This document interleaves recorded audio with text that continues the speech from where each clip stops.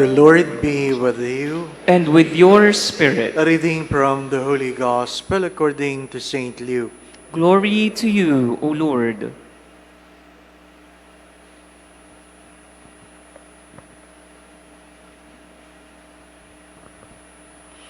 In the 6th month, the angel Gabriel was sent from God to a town of Galilee called Nazareth, to a virgin betrothed to a man named Joseph of the house of David. And the virgin's name was Mary. And coming to her, he said, "Hail, full of grace, the Lord is with you." But she was greatly troubled at what was said, and pondered what sort of greeting this might be. Then the angel said to her, "Do not be afraid, Mary, for you have found favor with God. Behold, you will conceive in your womb and bear a son, and you shall name him Jesus. He will be great and will be called Son of the Most High. And the Lord God will give him the throne of David his father, and he will rule over the house of Jacob forever. And of his kingdom there will be no end." But Mary said to the angel, "How can this be, since I have no relations with a man?" And the angel said to her in reply, "The Holy Spirit will come upon you, and the power of the Most High will overshadow you. Therefore the child to be born will be called Holy, the Son of God. And behold, Elizabeth, your relative, has also conceived a son in her old age.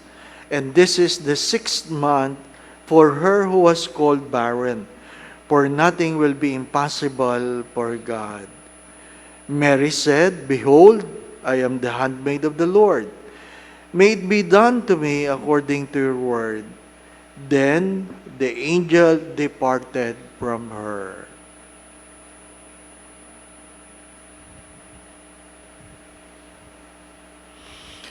The Gospel of the Lord. Praise to you, Lord Jesus Christ.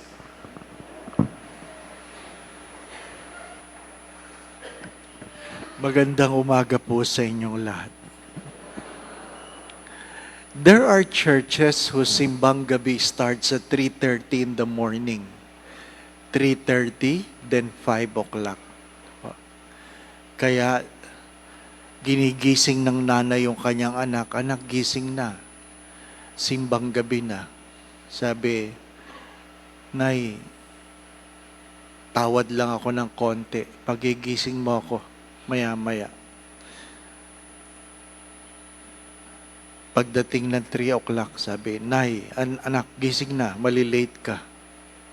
"Nay, konti na lang." 3:15, "Anak, ano ba? Malilate ka na."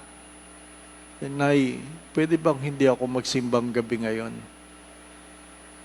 Sabi ng nanay, "Hindi pwede. Ikaw ang nagmimisa."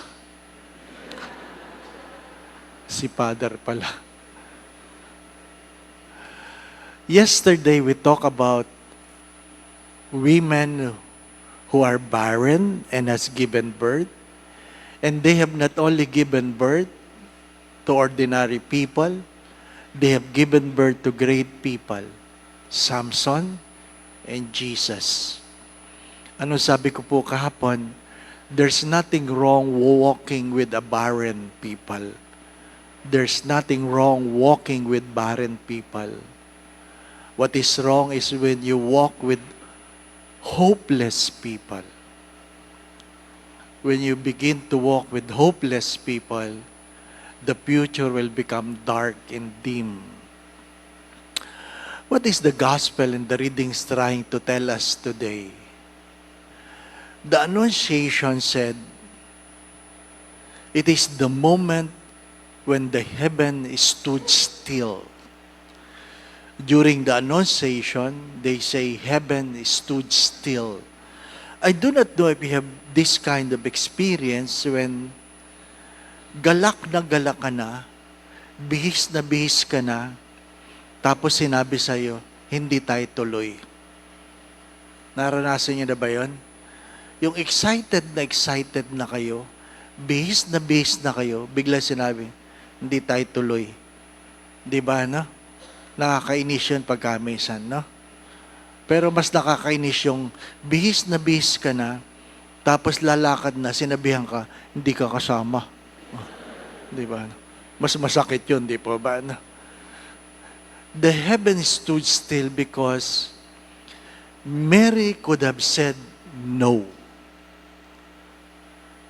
Mary could have said no. What we have today is a story about Mary saying yes, but Mary could have said no.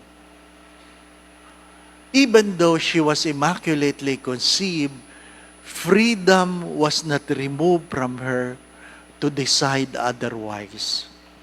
He could have said no. That's why everything in heaven stood still. The angels and the saints, they are all waiting to the response of Mary. Ang burden na kay Gabriel, siguro nandun, di ba? Kailangan ayusin mo ang pagsasabi, ha? At kailangan magandang pagkakasabi, no? We do not know how he announced it, di ba? Wala namang kung ano-ano sigurong palabas ang ginawa nun. Hail, full of grace. I do not know how it was said, di ba, no? Sa isang musmos na bata, ano ba naman ang salitang hail, full of grace? Di ba? Mary was 13 years old. What does those words mean to her? Kaya naguguluhan ang bata. Ano ito? She was greatly troubled by the greetings. And because of that, again, he could have said no. Yoko nga. Diba? Of course, this story said he made a good reply. Yes, the fiat of Mary, be it done to me according to your word. Even though she was afraid, even though she failed to understand.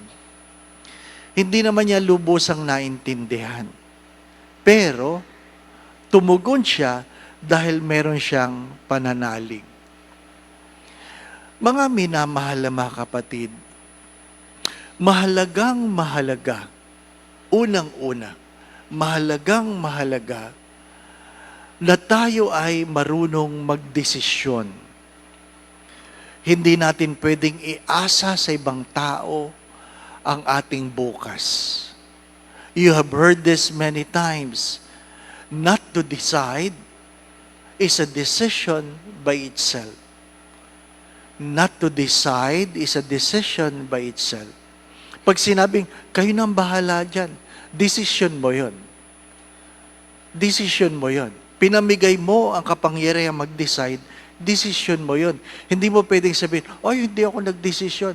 Nagdesisyon ka. Pinamigay mo. Hindi po ba, ano? And there are three types of people. People who make things happen, people who wait for things to happen, and there are those who are not even aware of what is happening. May mga taong sila ang nagdesisyon, may mga taong nag-aantay ng desisyon ng ibang tao, merong hindi man lang alam kung ano nangyayari. At yun ang malungkot, di po ba, na? Marami sa ating siya ang nagpapatawa, meron taong tumatawa lang dahil may nagpatawa. Merong mga taong tawa lang ng tawa kahit hindi alam kung anong pinagtatawanan. Di po ba? No? Tawa. Ano daw? Di ba? May mga ganun eh. Di po ba? Basta lang makasabay. Basta lang sabihin kasali sila. But Mary was so aware of what is happening. She did not wait for others to decide for her. She made things happen. Be it done to me according to your word. She took the courage of deciding saying yes because she's a person who loves God more than herself. Pag meron kang masidhing pag-ibig sa mga tao na sabi nga lumalapit sa iyo, you can easily decide. Bishop Bacani taught me this, or one of the greatest learnings I had during the formation when she said, ang biyaya ay isang regalo sa iyo ng Diyos kung saan kapag meron siyang hiningi, hindi ka makakatanggi. Ang biyaya ay isang regalo sa iyo ng Diyos na kung saan pag meron siyang hiningi, hindi ka makakatanggi. Di ba merong ganon? Ano? Meron ang taong ang bait-bait sa iyo. Kaya pag mayroon siyang hiningi, kahit hindi mo naintindihan, oo ka na lang ng oo. Pwede ba? Oo, di ba? Bakit? Ang buti niya sa iyo eh. Ang tawag natin doon ay utang na loob. Ang utang na loob ay hindi nababayaran. Ang utang na loob ay tinatanaw. Kapag meron kang malaking utang na loob, hindi ka makatanggi. Hindi dahil nahihiya ka, hindi dahil natatakot ka, kundi dahil naramdaman mo, bago pa siya humingi, minahal ka na. Minahal ka na.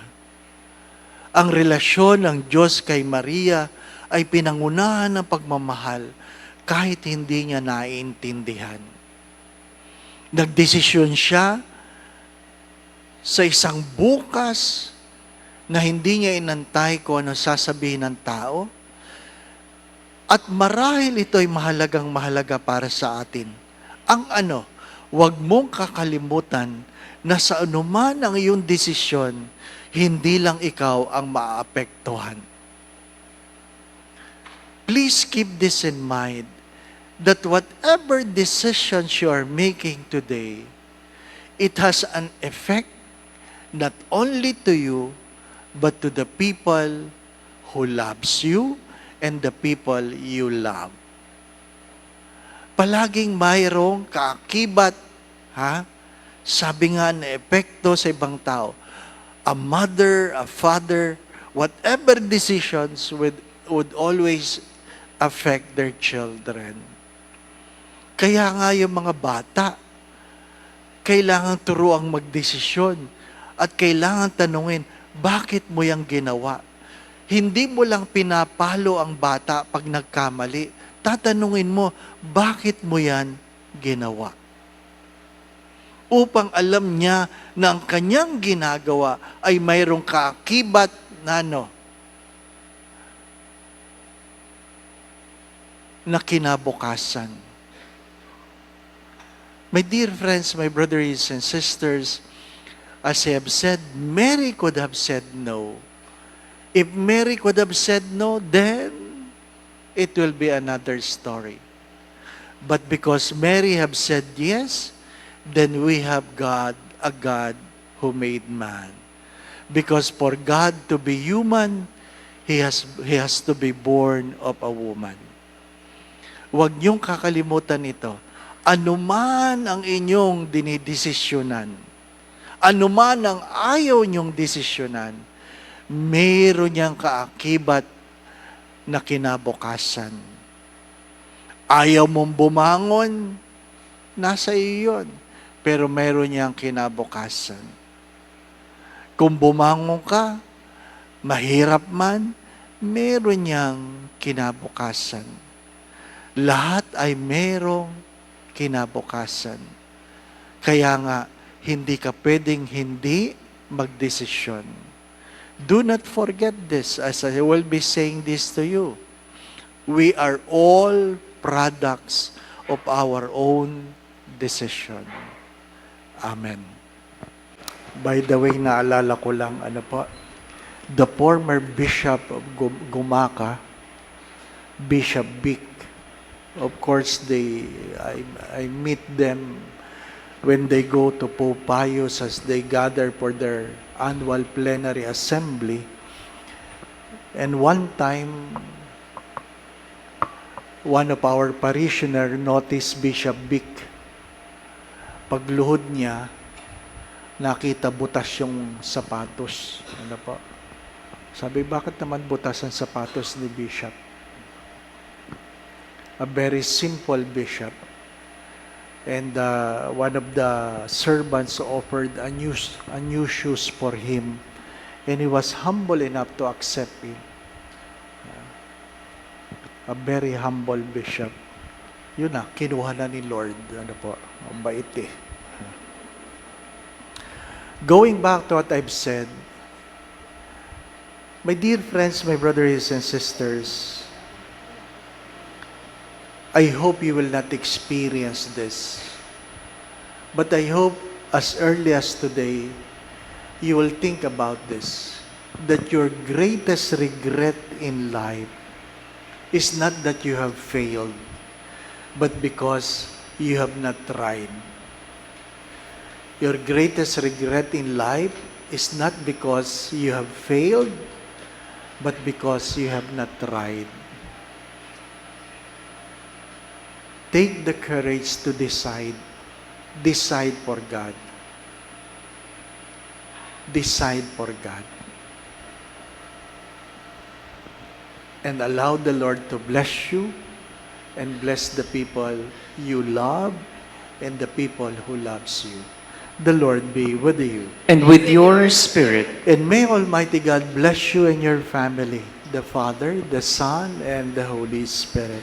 Amen. We go in peace to love and serve the Lord. Thanks be to God.